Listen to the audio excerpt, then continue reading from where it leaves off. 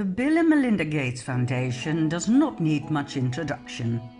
Bill Gates is one of the wealthiest and most powerful men in the world. Let's have a look at the way Mr. Gates is presented to us all. He is the most powerful doctor in the world.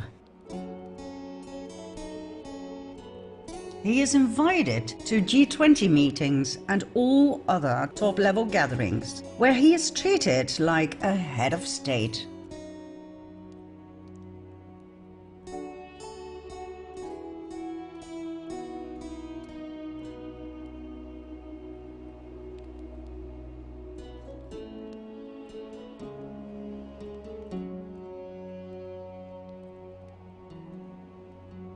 He is the savior of humanity and the earth.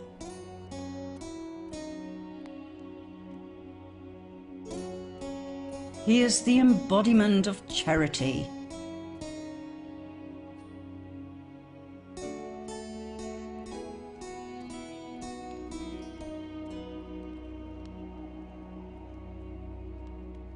He is a great example of the American dream.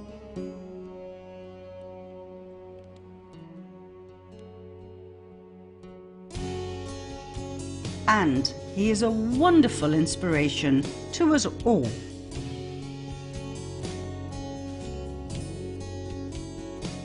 Where did this prodigy come from? Bill was born in a wealthy family, a family of influence. His mother, Mary Maxwell Gates, came from a powerful banking family. His father, William Henry Gates Sr., was an attorney. Bill Jr. dropped out of Harvard University.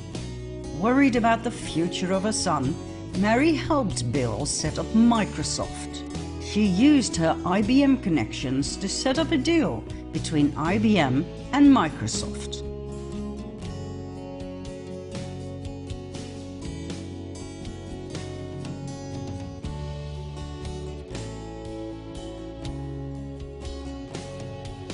In 1991, she arranged a meeting between her son and Warren Buffett, the multi-billionaire who took Bill under his wings.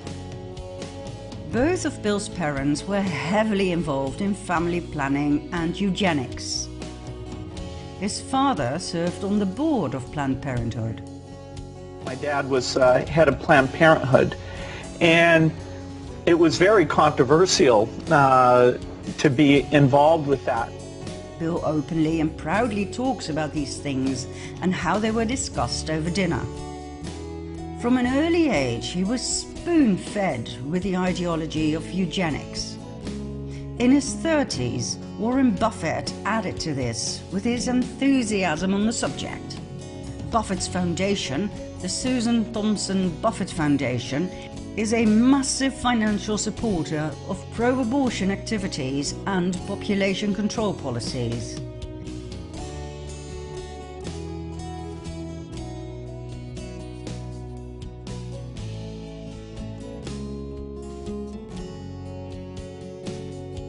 It is the largest funder of reproductive health and family planning in the world. We hope that by now you understand that those are just fancy words for eugenics.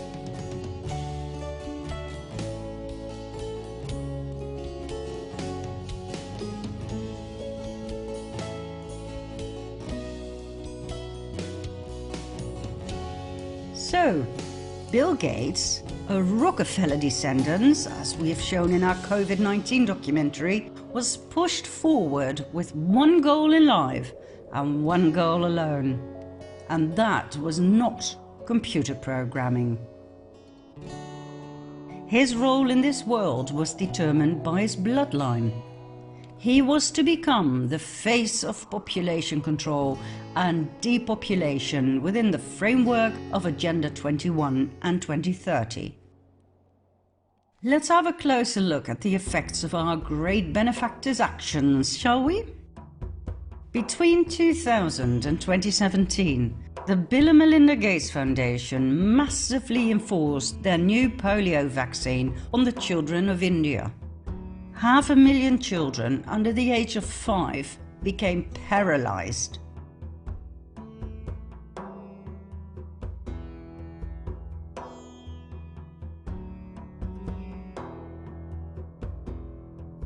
The Indian people were furious, and as a result, the Bill and Melinda Gates Foundation was thrown out of the country in 2017. Yet, less than 2 years later, they were allowed back in, and India's Prime Minister Narendra Modi was awarded by Bill Gates for his efforts to reach the UN Sustainable Development Goals. There's nothing money can't buy. Isn't it weird that Gates got the opportunity in the first place to start his polio vaccination campaign in India, when taken into account that back in 2000 it was already known in the US that the oral polio vaccine frequently caused paralysis?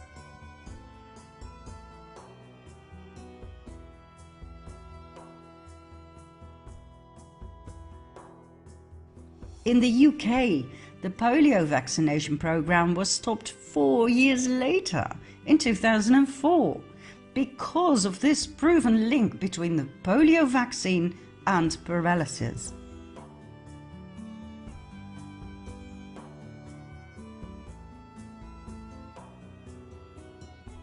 Yet, the vaccination program was continued for 13 more years with devastating effects in India. Nobody said a word, not the UN, nor the WHO, nor the Dutch RIVM that was involved in the development of the vaccine, and most certainly not the Bill and Melinda Gates Foundation. Finally, in 2017, when the damage was done, the WHO reluctantly admitted that the global explosion in polio was mostly caused by the mutated polio strains used in vaccines. Let me say this in layman's terms. Once there was a nasty virus. The WHO named it the wild polio virus. It paralyzed people, so the WHO asked its minions to create a vaccine, which they did. As a matter of fact, they created 2 types, one that had to be injected and one that only needed a few drops into a child's mouth. The droplets, also called the oral polio vaccine, were much cheaper to fabricate, so the poorest African countries got the droplets, and the not-so-poor countries got the ones with the needle. Business is business, right? All seemed well at first, and after many years, in 2020, the WHO and the CDC proudly presented to the world that the wild polio virus had officially been eradicated, killed, murdered, destroyed. Wonderful! But the droplets started causing major problems. Why? Because, according to the WHO, it contained a live, yet weakened, vaccine virus, activating an immune response in the body. However, the weakened virus did not die after the body had become immune to polio. It became stronger and started causing mayhem in children. Those who'd had the oral polio vaccine, the apparently harmless little droplets, developed identical symptoms to the original wild polio virus. They got paralyzed.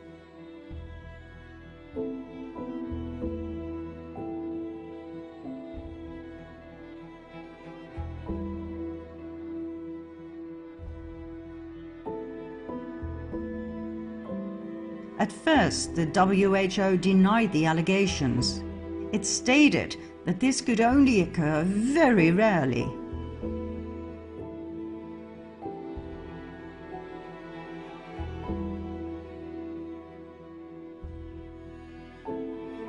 But then, as the numbers of paralyzed children grew and grew and grew, they admitted it was due to what they called mutated polio strains inside the vaccine.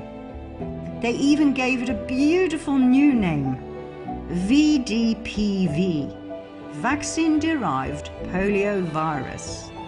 Wow, I'm sure those paralyzed kids are very proud to carry a disease with such a pretty name.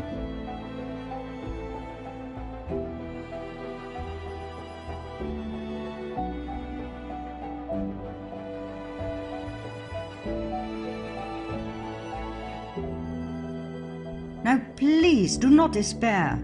As always, the WHO has a solution to everything. As stated on their website, the solution is actually quite simple. Everybody must receive the vaccine. Let's make sure we vaccinate every child and end all polio for good.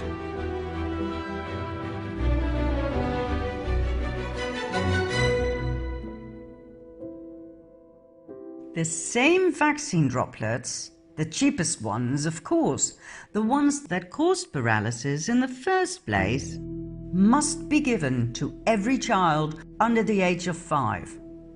Why? Because of the herd immunity lie. Together we can stop this virus. Sounds familiar, doesn't it? Was there any compensation for the 500,000 paralyzed children? No.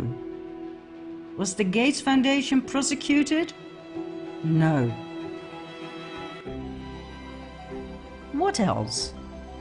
In 2002, the Gates Foundation introduced the Meningitis Vaccine Project, Men-Afri-Vac campaign, in which thousands of African children were force vaccinated.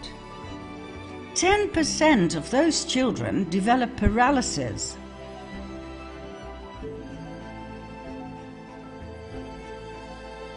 Local newspapers printed articles about being nothing but guinea pigs for the pharmaceutical industry.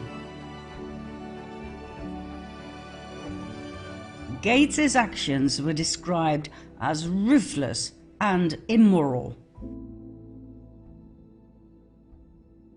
Once again, it was clear how the UN's NGOs and the WHO were all in it together. The Meningitis Vaccine Project was a partnership between PATH and the WHO.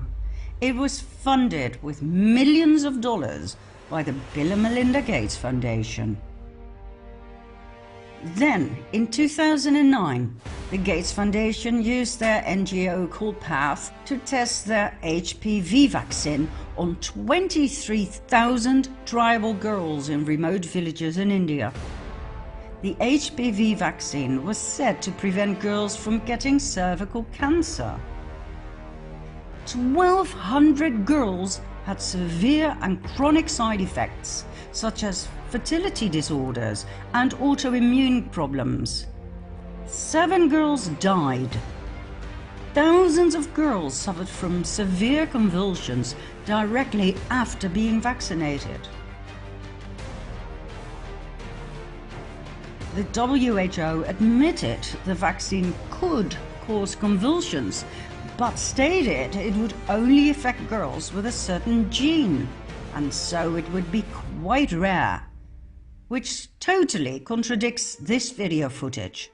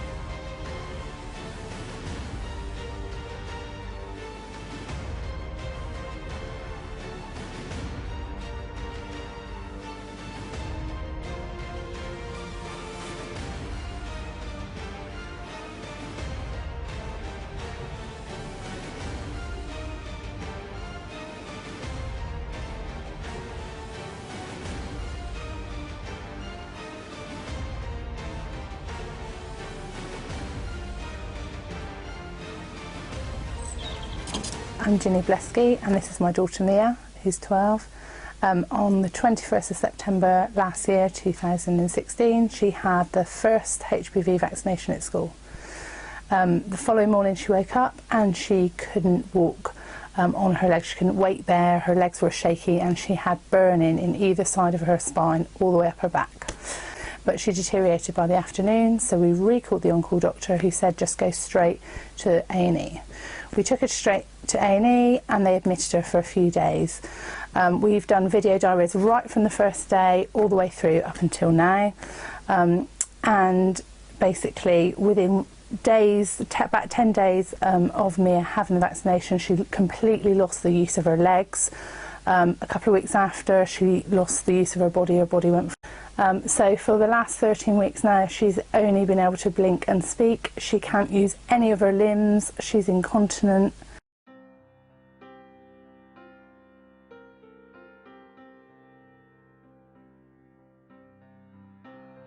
We highly recommend you do some research before having your child get the HPV vaccine.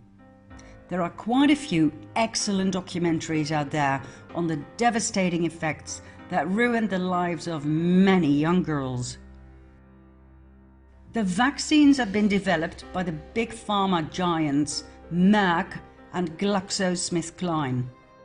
In 2012, this case was taken to court in India. The allegations were pressuring vulnerable village girls into the trial, bullying parents, forging consent forms, and refusing medical care to the injured girls. The case is still in the country's Supreme Court. We are now 9 years later and nothing has been done yet. If anyone is ever convicted in this case, it will be the researchers involved that were funded by Gates. Gates himself, his foundation, and even PATH and the WHO will, as always, come out with a clean sheet. PATH, by the way, is the NGO that is massively funded by the Bill and Melinda Gates Foundation with $3 billion. Its main focus is on family planning. That is population control, eugenics. PATH was set up in 1977 as PIACT, Program for the Introduction and Adaptation of Contraceptive Technology. 4 years later, it changed its name into PATH. I guess the original name made its population control focus just a little too clear. Oh, and guess what? The HPV vaccine is now available for boys too. I didn't know they have a womb. Oh wait, here's the official explanation. Boys may get oral cancer from the same virus, like throat cancer. Wow. I mean, you've got to admit, this is absolutely brilliant. Instead of only the girls, Big Pharma now gets to target all the boys as well. That is a 100% market expansion. Doubled revenues. Absolutely brilliant marketing. Next, in 2010, the Gates Foundation funded a trial with an experimental malaria vaccine made by GlaxoSmithKline. 1/5 of the children involved in this trial suffered from severe side effects, such as convulsions and paralysis. 1/5! 151 African babies died. Did you hear about this in the news? No. Then, in 2014, the Kenya's Catholic Doctors Association accused the WHO of chemically sterilizing millions of women in Kenya against their will by means of a so-called tetanus vaccination program funded by the Bill and Melinda Gates Foundation. Each and every vaccine tested by independent labs contained HCG, a pregnancy hormone that is produced when a woman is pregnant and that causes temporal infertility. After all, when you are pregnant, you don't want to become pregnant again, simultaneously with yet another baby, right? So the production of this hormone is a very intelligent move of the female body to make sure the baby can develop safely in the womb without being hassled by other fetuses. So, HCG causes temporal sterility. Why on earth was it in those tetanus vaccines? What was it doing there? Who put it in there?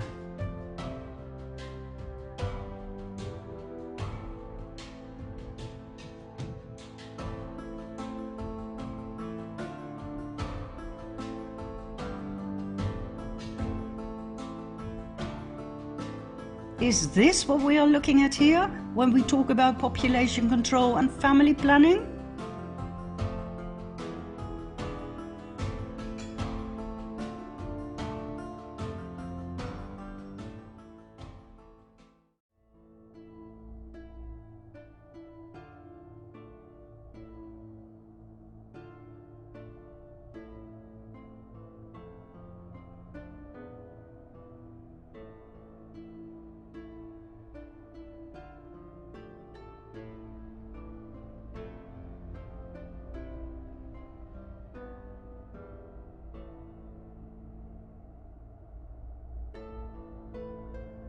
The Kenyan women who were pregnant upon getting the vaccine were told it would protect their unborn babies against tetanus. They were told they had to get 5 shots at 6 monthly intervals. Their babies never saw the light of day. They were spontaneously aborted. Interesting detail about this case is that the Kenyan government fervently denied that the vaccine had caused sterilization. President Uhuru Kenyatta must have followed the money. He does not exactly have a clean sheet. He stood trial in The Hague for crimes against humanity and was involved in several cases of bribery and corruption. A very easy partner in crime for Gates and the WHO, who have spent millions of dollars paying off corrupt governments of less developed countries to get a carte blanche for their vaccination experiments.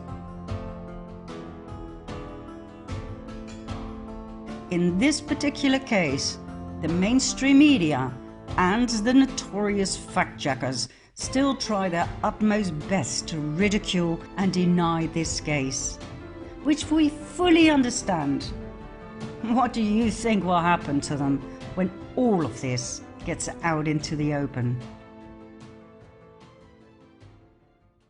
In 2017, a research paper was published in multiple scientific journals, once again putting the vaccination trials in a very bad light.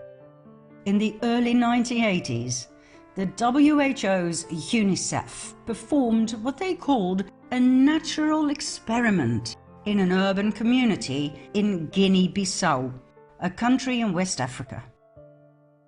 Babies between 3 and 5 months of age were given a DTP vaccination. The study showed that vaccinated children had 5-fold higher mortality than unvaccinated children.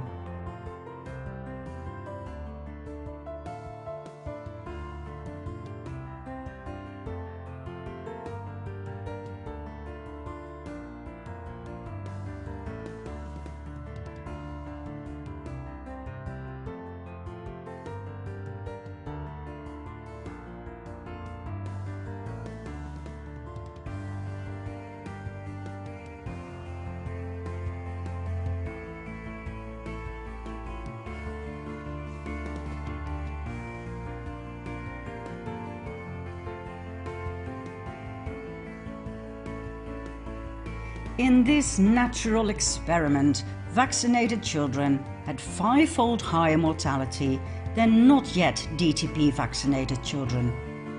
Hence, DTP may be associated with a negative effect on child survival. DTP was associated with increased mortality. Shocking as this may be in and of itself, the worst was yet to come. After all of these things could have been hiccups in the startup of something safe and benign, right? Well, no.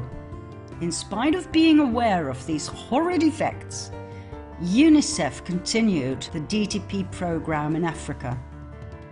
An unknown number of beautiful babies died, their parents' lives ruined, but nothing was done other than burying the data and sweeping it under the carpet. For some reason, black lives don't really seem to matter when billions of dollars are involved. Business is business, right, Mr. Gates? Okay, we could go on